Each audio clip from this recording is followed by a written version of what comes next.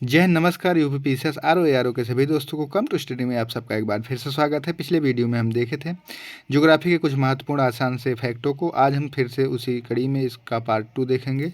था इसी प्रकार के वीडियो को पाने के लिए चैनल को लाइक करें, शेयर करें, सब्सक्राइब करें और कमेंट करें। हम आप लोग के कमेंट का बेसब्री से इंतजार करते रहते हैं। तो आइए हम शुरू करते हैं अपने इस वीडियो के पहले फैक्ट को या कंटेंट को। तो पहला हमारा है काराकोरम श्रेणी को कृष्णगिरी भी कहा जाता है। काराकोरम श्रेणी को कृष्णगिरी भी कहा जाता है। स्वयनहेडन ने इसे उच्च एशिया की रीढ़ कहा है। इसमें 3 फैक्ट मिलेंगे। काराकोरम श्रेणी को कृष्णगिरी भी कहा जाता है। स्वयनहेडन ने इसे उच्च एशिया की रीढ़ कहा है। सियाचिन ग्लेशियर, आगे दूसरा देखते हैं हम। सियाचिन ग्लेशियर पूर्वी काराकोरम में स्थित विश्व का दूसरा सबसे बड़ा ग्लेशियर कहा जाता है। आगे देखते हैं। माउंट एवरेस्ट को नेपाल में सागरमाथा, तिब्बत में चोमोलोंगमा कहते हैं। माउंट एवरेस्ट को नेपाल में सागरमाथा, तिब्बत में चोमोलोंगमा कहते हैं। सिडनी बुराड महोदय ने घाटियों के आधार पर नदी घाटियों के आधार पर हिमालयों का विभाजन किया है। सिडनी बुराड महोदय ने नदी घाटियों के आधार पर हिमालय का विभाजन किया है 4 आधार पर। लूनी नदी को उपजाऊ क्षेत्र में रोही और उत्तरी भाग में थाली कहा जाता है। लूनी नदी को उपजाऊ क्षेत्र में रोही और उत्तरी भाग में थाली कहा जाता है। यह एक ऐसी नदी है जो जाके विलुप्त हो जाती है कच्छ के रण में। सतलज और घग्गर नदी के मध्य क्षेत्र को मालवा का मैदान और घग्गर और यमुना के मध्य स्थित मैदान को भिवानी बागर कहते हैं। विंध्याचल पहाड़ी, उत्तर प्रदेश में विंध्याचल पहाड़ी, पूर्वी एमपी में मारनेर और बिहार में कैमूर के नाम से जानी जाती है, कहा जाता है। अगर देखते हैं इतिहास और ज्योग्राफी दोनों से। बोस ने 1943 ईस्वी में पोर्ट ब्लेयर पर तिरंगा फहराए थे। उसी के तहत उसी के उपलक्ष्य में 2018 में सरकार ने द्वीप के बदले नाम जो है नेता सुभाष चंद्र बोस राजद्वीप और नील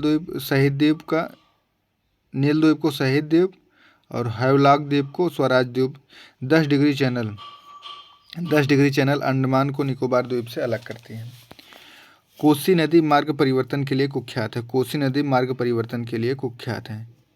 कर्क रेखा को 2 बार काटने वाली नदी माही है, जिसका प्राचीन नाम माही सागर है। और विश्व के संदर्भ में देखें तो कांगो नदी विषुवत रेखा को 2 बार काटती है और लिम्पोपो नदी मकर रेखा को 2 बार काटती है। तेजाबी या एसिडिक मिट्टी को कृषि योग्य बनाने के लिए उसमें चूना लाइम का प्रयोग किया जाता है। केंद्रीय मृदा लवणता अनुसंधान संस्थान करनाल हरियाणा में है। ढाक या पलाश को जंगल की आग कहा जाता है। जिसे ब्यूटिया मोनोस्पर्मा भी कहते हैं। ये कभी कभी यही पूछ लेगा, बहुत कंफ्यूज करेगा। सुंदरबन मैंग्रोव वनस्पतियों के लिए प्रसिद्ध है। विश्व की सबसे पुरानी नहर गंग नहर है, जो सतलज नदी से फिरोजपुर हुसैनीवाला से निकलती है। और सबसे लंबी नहर शारदा नहर है। सरदार सरोवर परियोजना का निर्माण गुजरात के नर्मदा नदी पर हुआ। तुलबुल नौवहन परियोजना जम्मू कश्मीर में झेलम नदी पर स्थित है। बहुउद्देशीय नदी घाटी परियोजनाओं को आधुनिक भारत का मंदिर नेहरू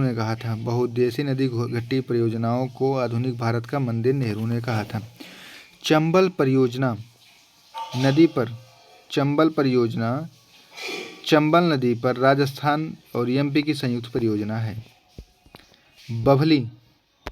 बभली प्रोजेक्ट गोदावरी नदी पर महाराष्ट्र और आंध्र प्रदेश राज्य का विवाद है। बभली एक विवाद था, बहुत चर्चित था। गोदावरी नदी पर है ये, महाराष्ट्र और आंध्र प्रदेश का है, जिसमें महाराष्ट्र ने जीता है आंध्र प्रदेश को हरा के, ऐसा केस में हुआ है। मैक्रोनी सूखा प्रभावित क्षेत्रों के लिए गेहूं की एक फसल है और रस्ट जो है गेहूं में लगने वाला एक रोग है। मैक्रोनी जो है सूखा प्रवण क्षेत्रों के लिए, जहाँ सूखा ज़्यादा रहता है। ट्रिटिकेल गेहूं और राई के मध्य एक संकर प्रजाति है। वैश्विक स्तर पर मक्का को अनाज की रानी कहा जाता है। वैश्विक स्तर पर मक्का को अनाज की रानी कहा जाता है। वैश्विक स्तर पर मक्का को अनाज की रानी कहा जाता है। चावल की कुछ प्रमुख किस्में जमुना, करुणा, जया, कांची। जया जो है एक बौनी प्रजाति है चावल की, धान की, चावल की। कांची जगन्नाथ, कृष्णा, गोदावरी, हंसा, विजया, पद्मा, रत्ना, बालाजी, अन्नपूर्णा, ये सब जो है धान की प्रजाति है। रट लीजिए, इसमें से जरूर प्रश्न आएगा, गारंटी है इसका, इसकी गारंटी ले सकते हैं, इस लाइन से एक प्रश्न आएगा। Blue green algae, blue green algae जो है धान की फसल के लिए जैव उर्वरक है। मक्का, गन्ना, C4 पौधा, और चावल, गेहूं, जौ, राई, सोयाबीन, कपास, तंबाकू, आलू C3 पौधा के उदाहरण है। ये कैटेगरी होती है एग्रीकल्चर में, काफ़ी डीप में जाना पड़ेगा इसको देखने के लिए। साइंटिफिक आधार पर उसका डिवीजन किया जाता है। मुंबई की मीठी नदी विहार झील से निकलती है। मुंबई की मीठी नदी विहार झील से निकलती है। कपास को ही मुंबई में श्वेत स्वर्ण या वाइट गोल्ड कहा जाता है। गन्ने में प्रजनन कार्य कोयम्बटूर में तथा 1912 में यहीं पर गन्ना प्रजनन संस्थान की स्थापना की गई।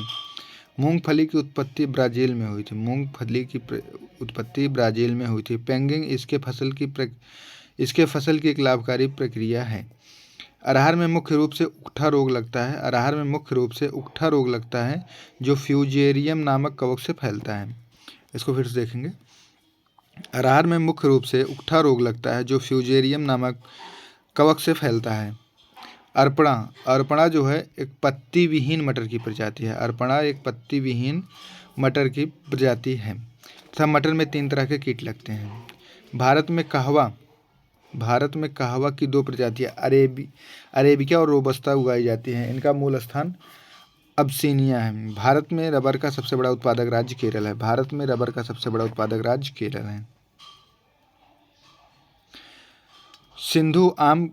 सिंधु जो है एक आम की प्रजाति है जो एकमात्र बीज रहित प्रजाति मानी जाती है। अम्रपाली किस्म भारतीय कृषि अनुसंधान संस्थान पूसा द्वारा 1971 में दशहरी और नीलम आम के संकर से विकसित की गई है। अम्रपाली आम की एक किस्म है जो दशहरी और नीलम के संकर से उत्पन्न की गई थी। उत्तर प्रदेश की एकमात्र अफीम फैक्ट्री गाजीपुर में स्थित है। अंगोरा बकरी ऊन के लिए, जमुनापारी सर्वाधिक दूध देने वाली बकरी के लिए प्रसिद्ध है। राष्ट्रीय डेयरी अनुसंधान संस्थान करनाल हरियाणा में स्थित है। सर्वप्रथम 1971 में कटरा सहकारी दुग्ध समिति की स्थापना इलाहाबाद में हुई। 1938 में देश में प्रथम दुग्ध संघ लखनऊ दुग्ध उत्पाद सहकारी संघ लिमिटेड लखनऊ, और वाराणसी में इससे संबंधित एक संस्था है, उसको हम काफ़ी गूगल किए, मिला नहीं। आप लोग को अगर मिलेगा तो बता देना कि दुग्ध सहकारी संघ या संघ जो लखनऊ में है, वाराणसी में है। कृषि मूल्य आयोग 1965 में स्थापना और 1985 में इसका नाम बदलकर कृषि लागत एवं मूल्य आयोग कर दिया गया। भारत में फसल बीमा योजना का शुभारंभ 1985 में हुआ। भारत में फसल बीमा योजना का प्रारंभ 1985 में हुआ। National centre for agriculture economic and policy research centre new Delhi में है। National centre for agriculture economics and policy research centre new Delhi में है। तीसरी पंचवर्षीय योजना में कृषि ने ऋणात्मक विकास प्रदर्शित किया है। तीसरी पंचवर्षीय योजना में कृषि ने ऋणात्मक विकास प्रदर्शित किया है। राष्ट्रीय केला अनुसंधान संस्थान त्रिची या त्रिचुपल्ली तमिलनाडु में स्थित है। भारतीय हरित क्रांति की जन्मस्थली पंतनगर है। भारतीय हरित क्रांति की जन्मस्थली पंतनगर है। ग्रीन गोल्ड चाय को कहा जाता है। भारत में विकसित प्रथम बौना प्रजाति धान की है जया, इसके ऊपर बता दिए हैं। आम के निर्यात के लिए अल्फांसो प्रजाति प्रसिद्ध है। आम जो है भारत में निर्यात किया जाता है उसके लिए अल्फांसो प्रजाति प्रसिद्ध है। Central food technology research centre Mysore में है। Central food technology centre institute Mysore में स्थित है। कृष्णा गोदावरी डेल्टा क्षेत्र चावल के कटोरे के नाम से जाना जाता है। कृष्णा गोदावरी डेल्टा क्षेत्र चावल के कटोरे के नाम से जाना जाता है। माही सुगंधा बरानी द्वीप धान की प्रजाति है। अंतर्राष्ट्रीय चावल अनुसंधान संस्थान मनीला में है। और राष्ट्रीय चावल अनुसंधान संस्थान आप लोग कमेंट करेंगे। राज 3077 एक प्रजाति है गेहूं की। राज 3007 एक गेहूं की प्रजाति है। केंद्रीय शुष्क क्षेत्र अनुसंधान संस्थान जोधपुर में स्थित है। केंद्रीय शुष्क क्षेत्र अनुसंधान संस्थान जोधपुर में स्थित है। राष्ट्रीय कृषि विपणन संस्थान जयपुर में स्थित है। इसको हम पिछले वाले वीडियो में आप लोग से पूछे थे, कमेंट आया था। ओरोबैंकी खरपतवार। ओरोबैंकी खरपतवार सामान्य रूप से तंबाकू में के खेत में पाया जाता है। तंबाकू मुख्य रूप से ब्राजील की है और जहांगीर के शासनकाल में इसकी खेती प्रारंभ हुई थी। प्रथम कृषि विश्वविद्यालय गोविंद बल्लभ पंत कृषि विश्वविद्यालय प्रौद्योगिकी संस्थान है। मजालखंड बालघाट मध्य प्रदेश का एक प्रमुख तांबा उत्पादक क्षेत्र है। मजालखंड बालघाट मध्य प्रदेश का एक प्रमुख तांबा उत्पादक क्षेत्र है। झारखंड कोडरमा अभ्रक उत्पादन का क्षेत्र है। इसे माइका सिटी ऑफ इंडिया कहा जाता है। झारखंड कोडरमा प्रमुख अभ्रक उत्पादन क्षेत्र है। इसे माइका ऑफ सिटी कहा जाता है। नामचिक और नामफुक कोयला क्षेत्र अरुणाचल प्रदेश में स्थित है। Dulhasti hydro power station Jammu Kashmir के किश्तवाड़ जिले में चिनाब नदी पर स्थित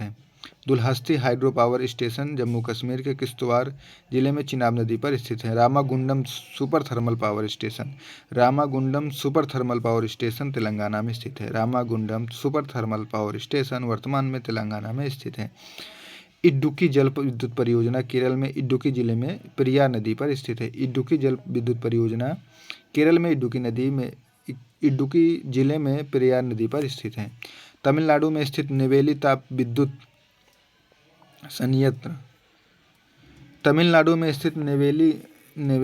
विद्युत संयंत्र लिग्नाइट कोयला पर आधारित है। दक्षिण एशिया का प्रथम संयंत्र है। भूतापी ऊर्जा पर आधारित मणिकर्ण बिजली संयंत्र हिमाचल प्रदेश के कुल्लू में स्थित है। ये बहुत इंपॉर्टेंट होगा। भूतापी ऊर्जा पर आधारित मणिकर्ण बिजली संयंत्र हिमाचल प्रदेश के कुल्लू में स्थित है। बल्लारपुर महाराष्ट्र राजमुंद्री आंध्र प्रदेश कागज का स्थल है। बलरामपुर महाराष्ट्र का और राजमुंद्री आंध्र प्रदेश का कागज उद्योग स्थल है। बिहार में डालमिया नगर सीमेंट के लिए प्रसिद्ध है। राष्ट्रीय समुद्र प्रौद्योगिकी संस्थान चेन्नई में स्थित है। इंडियन ब्यूरो ऑफ माइंस का मुख्यालय नागपुर में स्थित है। राष्ट्रीय एटलस संघ की स्थापना 1956 में हुई। 1978 में इसका नाम बदलकर राष्ट्रीय एटलस और थीमेटिक मानचित्रण संगठन कर दिया। पेपर टेक्नोलॉजी संस्थान सहारनपुर में स्थित है। पूर्व पश्चिम गलियारा सिलचर को पोरबंदर से तथा उत्तर दक्षिण गलियारा श्रीनगर को कन्याकुमारी से जोड़ता है। एक दूसरे को झांसी में काटते हैं। ये काफ़ी इंपॉर्टेंट रहेगा, ये कई बार यूपीएससी में पूछा गया है। माउंट रेलवे ऑफ इंडिया के अंतर्गत Darjeeling Himalayan railway, Nilgiri mountain railway, कालका शिमला रेलवे, थमाथ्रेन हिल रेलवे आते हैं। ये बहुत ज़्यादा इंपॉर्टेंट, इसको फिर से देखें। माउंट रेलवे ऑफ इंडिया के अंतर्गत Darjeeling Himalayan railway, Nilgiri mountain railway, कालका शिमला रेलवे तथा माथेरन हिल रेलवे आते हैं। कोड़क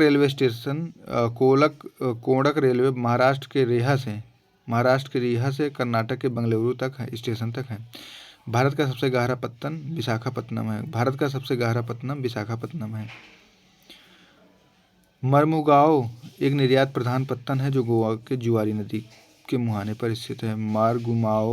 मार्मुगाओ एक निर्यात प्रधान पत्तन है जो गोवा में जुआरी नदी के मुहाने पर स्थित है। भारतीय अंतर्देशीय जलमार्ग प्राधिकरण का गठन 1986 में हुआ था। भारतीय अंतर्देशीय जलमार्ग प्राधिकरण का गठन 1986 में हुआ था। इसका मुख्यालय नोएडा में है। काडला बंदरगाह कच्छ की खाड़ी में स्थित एक प्रमुख बंदरगाह है। काडला बंदरगाह कच्छ की खाड़ी में गुजरात में एक प्रमुख बंदरगाह है। कोचीन शिपयार्ड भारत का सबसे बड़ा पोत प्रांगण है। कोचीन, आप लोग कमेंट कीजिएगा कि सबसे बड़ी जहाज को तोड़ने वाली कंपनी कौन सी है। मतलब जहाँ से जैसे कबाड़ खाना होता है, तो एक जहाज का कबाड़ खाना है गुजरात में, बहुत फेमस है। मुरादाबाद को सिटी ऑफ ब्रास कहा जाता है। चेन्नई का दूसरा सबसे बड़ा बंदरगाह कृत्रिम बंदरगाह है। चेन्नई जो है दूसरा सबसे बड़ा बंदरगाह है, एक कृत्रिम बंदरगाह है जो खुला सागरी बंदरगाह है। ये कुछ बंदरगाह देख लेते हैं। श्यामा प्रसाद मुखर्जी बंदरगाह कोलकाता, पारादीप, विशाखापत्तनम। भारत के 5 प्राकृतिक गैस टर्मिनल हैं या सेंटर हैं। ये सबसे ज़्यादा इम्पोर्टेंट रहेगा, यूपीएससी में पूछा जाता है और आरओ में तो पूछा जाएगा। दाहेज गुजरात में, हजीरा गुजरात में, दाहेज गुजरात, इसमें देखो